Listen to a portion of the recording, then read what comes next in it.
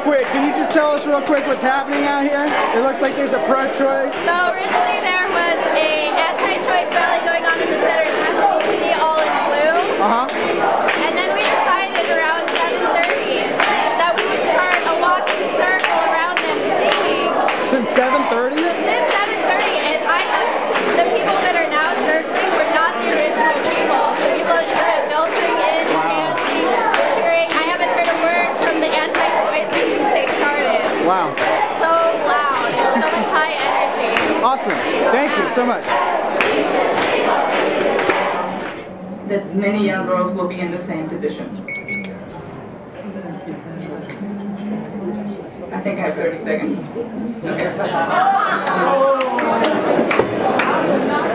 Women should take, and girls should take the time that they need to make the decision that's best for their future and their circumstances.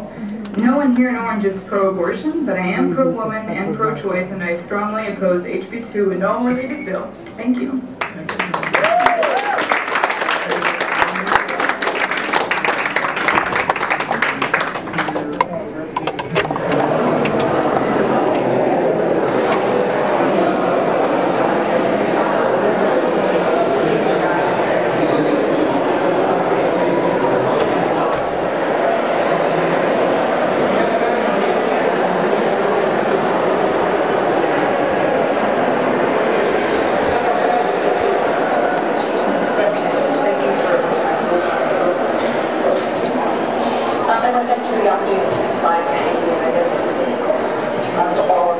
Sure, my name is Lisa Fithian, and I'm here representing myself and asking you to oppose HB 2. I don't want to actually talk about science. I'm not interested in telling stories, facts, or figures in this moment. What I'm interested in talking about is really about the life and death situation that we're facing as a result of some of the choices that members of the Republican Party are making. These are choices that affect people's life, dignity, and they are based on I don't believe it's about your concern about health care, and I don't think a lot of this is about religion either. I think this is about an effort in this country for a small percentage of people who are primarily white and wealthy to continue an income divide and a class divide. And I say that only because there's legislation being moved in states across the country similar to this. And there's other legislation being moved, all being created by a group called ALEC. And ALEC is moving legislation that is attacking poor and working people across this country. And I believe that's what's happening in Texas here, quite frankly. And I think it's actually a disgrace for all of us that this is actually what we're facing. I really value democracy, and I believe access to the democratic process and access to the basic things we need to be alive, whether it be food, housing, and healthcare and education, are essential. And I believe it is the responsibility of our state to help make sure that that's there. Unfortunately, these are political rights, not human rights, and we need them as human rights. The reason I think this is about politics and not really about the healthcare people across this country is because if the forces who are coming up here and talking about the stories and the little children and how bad this are, I want to ask them how many of them support war and how many of their children have gone to war. I want to ask them how many of them support the death penalty. How many support the prison industrial complex? And I'm serious about this because one could make the argument that if you're poor, if you're an immigrant, if you're a youth, if you're a woman of color, right, your access to the things that you need to have a healthy, good life is less and less and less. And this bill is just going to continue to erode people's access to the things they need to have healthy lives. If we care about the little children, then we want to make sure that the families that are raising them are strong and have the resources they need. And unfortunately, this country is creating a situation where the vast majority of people in this country are rooted left in poverty and without the things they need. And I urge you, as representatives for the entire state, to not be divisive, to work for the benefit of the vast majority of people and women in this state. And you can see, I hate this orange and blue thing. I hope that all of you in blue recognize that you're helping us turn the state democratic. Yeah.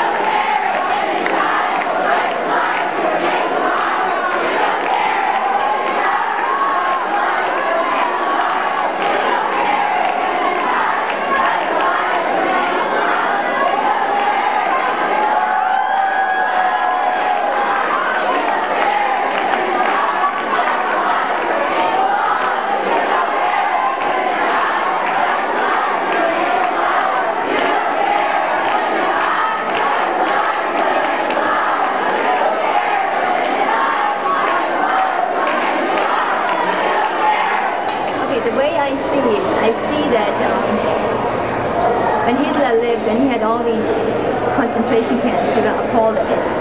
And what we have is in every major city, we have basically another concentration camp, the equivalent of it. And anywhere where you have complete human beings, just smaller than yourself, but it's you. They have brain waves at 7, 8 weeks, they have a heartbeat, they have their own blood type, they're complete unique individuals, they have fingernails, they swallow, they suck the sound, they stroke each other in the room, they smile, and they're complete little individuals. And to basically have them torn apart, or burned alive, you know, with saline abortion, for example, that is to me, I mean, this country was established on freedom, you know, where people can come from other nations and have a place of freedom. And then to see these, I call them extermination camps, is what they are, because they're tearing human beings to pieces.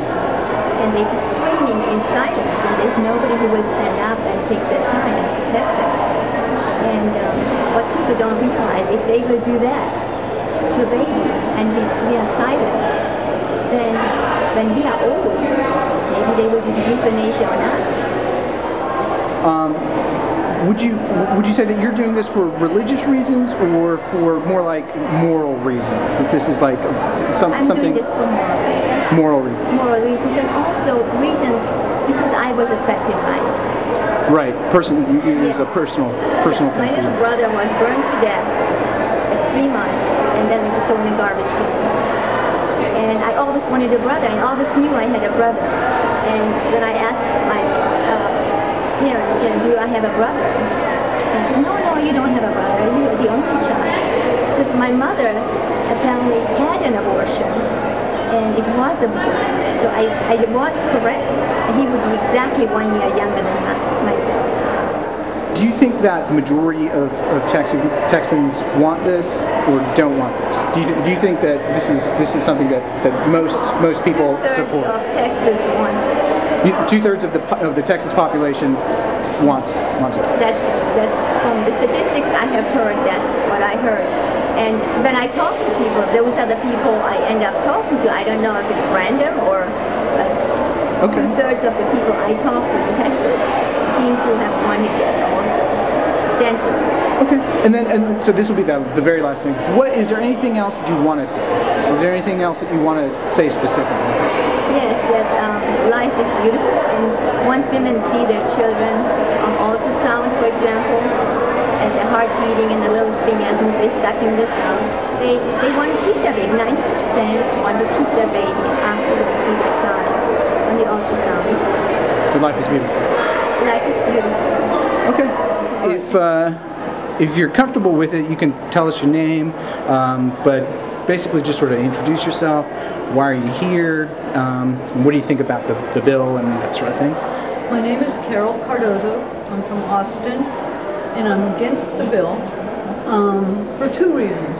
One is it intrudes into women's rights where legislation doesn't deserve to be. This is a difficult choice for women, and I think that it's important that they get to make their choice based on how they feel, what their heart leads them. The other reason is the bill itself is really based on people's religious beliefs. There's a lot of Christians who are comfortable with abortion and a lot of Christians who aren't. And the Christians who aren't are trying to create legislation to keep everybody from doing something that they feel through their religion is the wrong thing to do. And I see this as a drift toward theocracy, and it concerns me. There's a book I like by Robert Hyman called If This Goes On, and the idea is America has become a theocracy, and it's a very oppressive situation. And it's always seemed like a possibility, maybe because I read that when I was young, but it really is important to me to remember that the freedoms that we have are for everyone. And if you start restricting freedoms based because your morality says it's so important, then you might drift away from what America is. And so I don't want to lose what we have because it's really special. On the other hand, I'm pleased to see such passion on both sides, because I think that the answer is usually in the middle. And through this kind of dialogue, this kind of exchange with the passion that we have, we're more likely to actually arrive at what would work for everyone, the most optimum solution, because everyone has a piece of the truth. And if people listen and people discuss, that we're more likely to get there. That's why America does so well. It's because we have such diversity and because we talk and duke it out and we come up with something after a while that works as a compromise for people. And so it gives me hope. So I've been asking different folks the same question. Do you think that the bill is supported by the majority of Texans or the minority of Texans? Do you think this is, yeah, so that's basically it. Do you think this is a bill that's supported by the majority of people in Texas? To be honest, I don't know. I've traveled in Texas a lot, and it's a very diverse state. But I haven't traveled in Texas recently, and I don't really have a sense of how the majority of the state's feeling these days. It's changed a lot from probably the last major cross-country trip I've done was probably over 15, 16 years ago. So I'm not sure. It's in Austin that this is happening, and that skews your point of view. Mm-hmm. But I do think that, you know, women are interested in having, well, Texas women are very independent, and they like to make choices for themselves. And they're very smart, and they are very capable of thinking for themselves. So to legislate something that's a personal choice would seem to me to go against the grain for many of them. But that may just be my bias speaking. So to be honest, I don't know. Okay, that's a totally fair answer. I think you answered a lot of the stuff right in your opening. Is there anything else that you'd like to say specifically? Anything else like that you've been thinking about, mulling over in your head as this last week has been going on? I'm frustrated with the people who don't talk to each other. I'm impressed by how many people do. When I went in to speak earlier, the woman next to me had her blue t-shirt on. She had her whole pro-life thing written out. But she was really reassuring to me. I'm not a public speaker. And she was like, it'll be okay, you'll do great. And when I'd say something, she'd go, no, really. And I showed her a picture my sister had posted on Facebook to, you know, reassure me. And she liked it. And there really is a meeting of people of different minds who are sharing this experience and generally being really civil and nice to each other. And I really am enjoying it. Awesome. Thank you again. What was your name again? I'm sorry? Carol Cardozo. Carol Cardozo. Thank you so much. Thank you.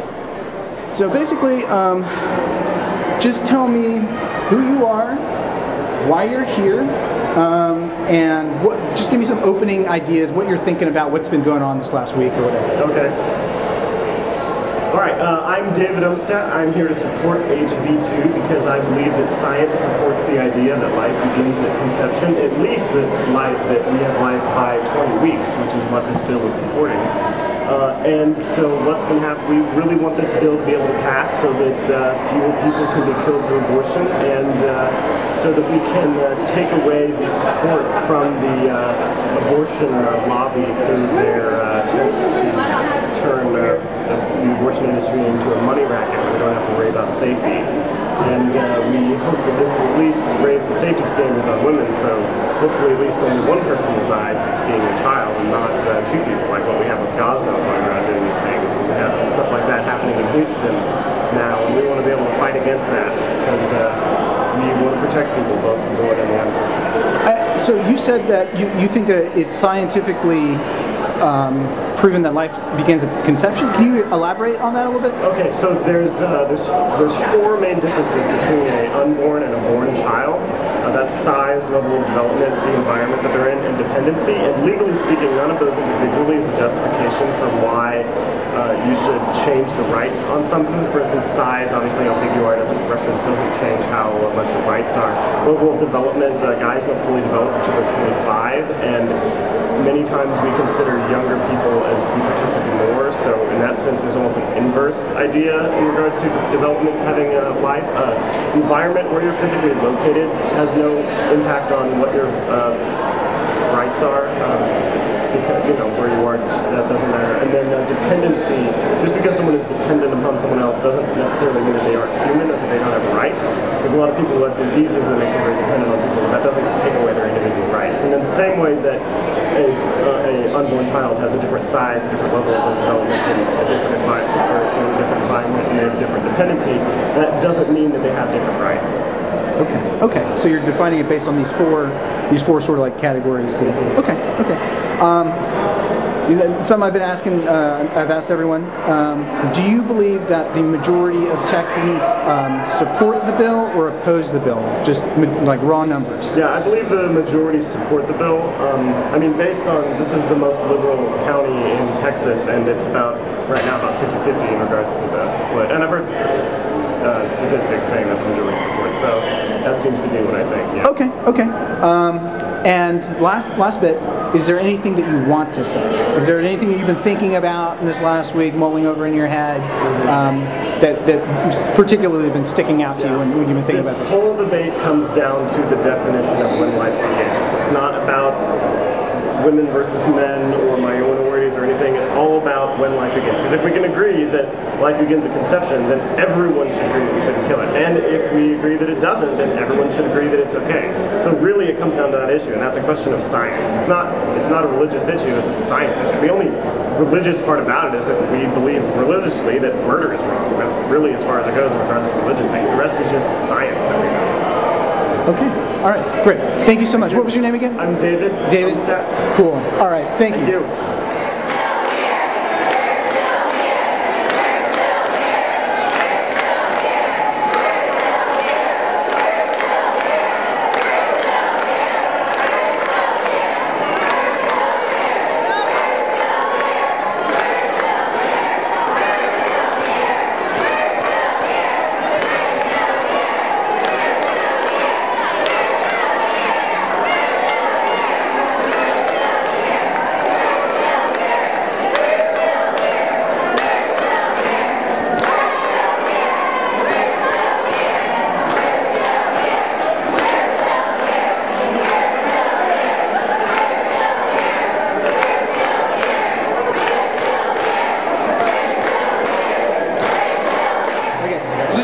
Tell me, who are you? Why are you here? What's been going on? Like, what's your impressions of what has been happening this last week? And are you for the bill? Are you against the bill? Just give me some opening remarks. Okay, I'm David Durbin. I am from Austin, and I oppose this bill for the reason that it is mainly going to have the most harmful effects on poor women and rural women. This bill will effectively force the closure of nearly all of the clinics in Texas that provide women's health care and abortions. And there will not be any in West Texas if this bill passes. I guess my impression of the past week is the first session I attended was the House session on Sunday, where I watched Representative Robinberg demonstrate her lack of understanding of the issues about the bill, and then she simply refused to answer any questions after that. It was disgusting, frankly, watching all of those representatives just essentially pay no attention at all to the very serious issues that were raised, the amendments that were proposed that would have at least alleviated some of the most draconian aspects of this bill. And they just sat there and ignored it and just tabled them, rejected them one after the other. And you know, I have never really been involved in this sort of thing before. State politics is something that I have followed, but I've never actually come up and watched the process in person. And you know, I've been both dismayed by much of what I've seen as I just described, but I've also been tremendously heartened by the turnout and just the outpouring and the level of hope, even in the face of what seem insurmountable odds. You know, and I still believe that we can get them somehow to end up rejecting this bill, which I certainly oppose. Now, I've been asking everybody, do you think that this bill is supported by the majority of Texans or it is opposed by the majority of Texans? I really don't know the answer to that. I would say, though, that I think that if more people really knew what it was going to do, the effect that it was going to have on women's reproductive health care generally, I believe more would oppose it. Right now, I'm just, based on the information that people have, I really don't know the answer to that. Okay, that's fair enough. That's fair enough. It's interesting. I've interviewed. You're the fourth person I've interviewed. I've interviewed one female pro-life, another female pro-choice, a male pro-life, and you're my male pro-choice. Both pro-choice folks said they didn't know who was in the majority, but both pro-life folks both agreed that they were in the majority. So it's interesting, perhaps way some people approach the question. Right. Is there anything else you'd like to say? Is there a specific thing that you've been thinking about in your head this last week about this bill? Is there something that you've been mulling over in your head about all this stuff?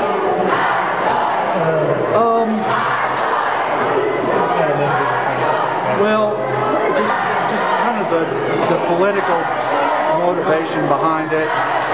It just strikes me as being really cynical, and yeah, I think a lot of people are going to remember that next time the election comes around. That the political climate in the legislature is cynical. The motivation behind this bill. I think a lot of the people, I think a lot of the legislators who are voting for it, I think they know better. They're doing it because they're afraid of being primaried from the right, or that's just how they're going to get elected. Okay.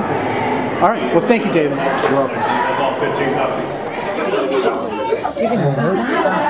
What are they going to vote on?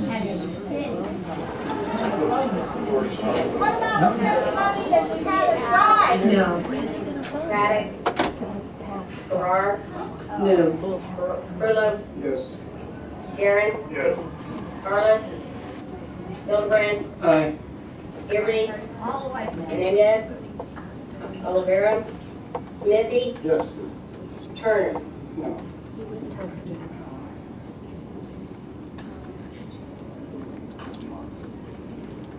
The ayes, 3 noes, and 2 absent.